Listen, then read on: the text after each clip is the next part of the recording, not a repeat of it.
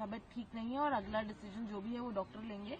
वहीं उन्होंने ये कहा कि उनकी प्रताप सारंगी जी से बात हुई, जिसमें उन्होंने बताया कि राहुल गांधी ने उनके साथ बाउंसर की तरह एक व्यवहार किया है और उन्होंने वैसे ही अटैक किया है और ये बहुत ही शर्मनाक। देखिए, ऐसा है, ये केवल लोगों के माइंड को डाइवर्ट करने के लिए है,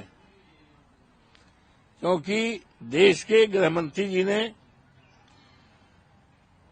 बाबा साहब भीमराव अंबेडकर के संबंध में जो टिप्पणी की है, वो टिप्पणी बाबा साहब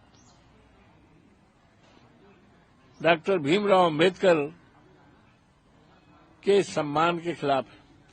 ये अपमानजनक टिप्पणी है और ये इस टिप्पणी से केवल बाबा साहब का ही अपमान नहीं हुआ, हमारे संविधान का अपमान हुआ है।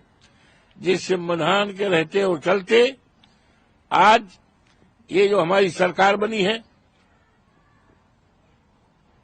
हमारे महामहिम राष्ट्रपति हैं, ये संविधान की और संविधान के तहत देश के राष्ट्रपति सरकार के लोगों का, मंत्रियों का शपथ दिलाते हैं। ये केवल बाबा साहब भीमराव अंबेडकर के संविधान का ही करिश्मा है, उनकी देन है। तो ये आज जो हमारे देश के प्रधानमंत्री बैठे हैं, ये भी संविधान की देन है।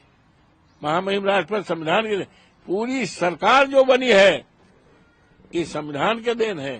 तो ये अपमान क्या है, इससे देश के करोड़ों करोड़ों लोगों को जो संविधान प्रेमी हैं, बाबा साहब के प्रति, संविधान के प्रति उनको आहत हुई है, उनके मन को आहत हुई है।